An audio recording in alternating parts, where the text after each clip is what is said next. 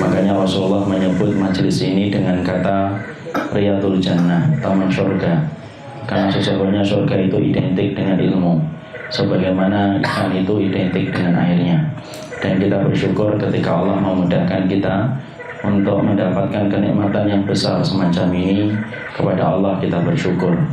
Dan kita tentunya berharap bahwasanya dalam setiap perjalanan ilmu yang kita datangi ataupun yang kita ikuti, yang kita harapkan bukan banyaknya riwayat yang mampu kita tuliskan, bukan banyaknya hafalan yang mampu kita ingat-ingat, tetapi yang paling penting adalah bagaimana kita mendapatkan barokahnya dari setiap ilmu yang kita datangi.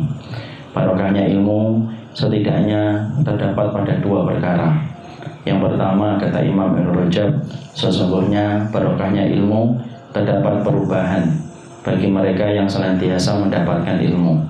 Siapapun yang mereka berubah malamnya, berubah tutur katanya, berubah perbuatannya, berubah di waktu subuhnya, dan semua identik dengan ibadah dan ketaatan, maka sesungguhnya itu merupakan bagian dari tanda diterimanya ilmu yang dia pelajari.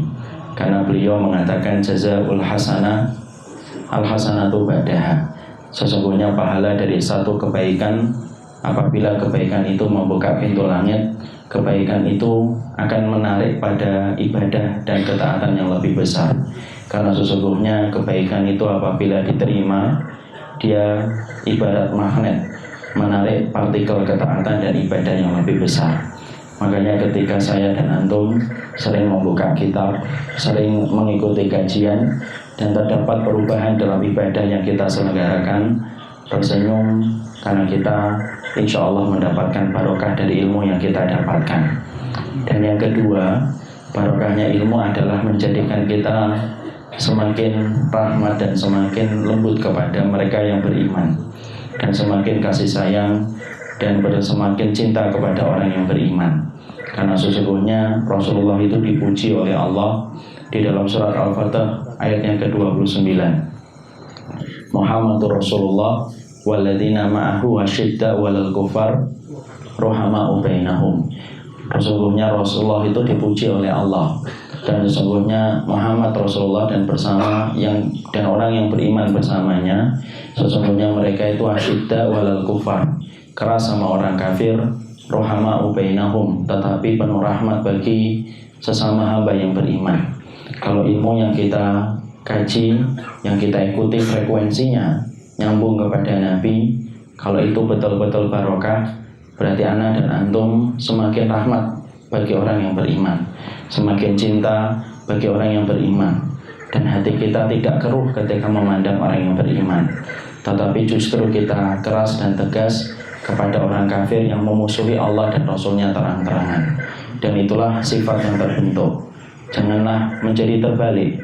Ada orang yang terkadang belajar ilmu, mengaku mengikuti Rasul, tapi justru banyak orang mukmin yang dia benci, dan ternyata orang kafir selamat dari kebenciannya. Dan itu justru terbalik dari ayat yang tadi kita bacakan. Makanya kalau semakin banyak ilmu yang kita pelajari, semakin senyuman kita tulus kepada mereka yang beriman, hati kita semakin bersih dan hati kita semakin jernih ketika memandang orang yang beriman. Berarti kita telah berada pada frekuensi ilmu yang diajarkan oleh Nabi, sampai Nabi dipuji oleh Allah di dalam ayatnya tersebut.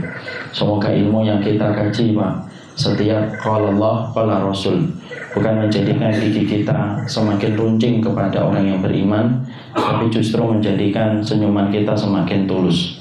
Bukan tangan kita semakin banyak menampik tangan orang lain di antara orang yang bertakwa, tapi justru tangan kita banyak menggenggam orang-orang yang beriman.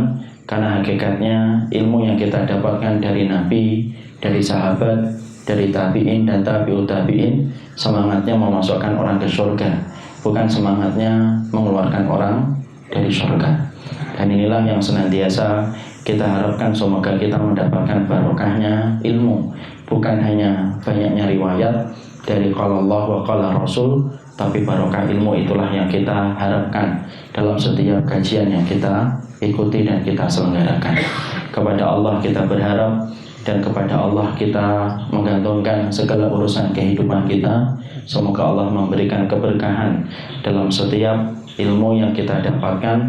Semoga frekuensi ilmu yang kita kaji betul-betul frekuensi ilmu yang bisa menjadikan kita ketemu dengan manusia yang paling kita cintai, yaitu adalah Rasulullah Sallallahu Alaihi Wasallam.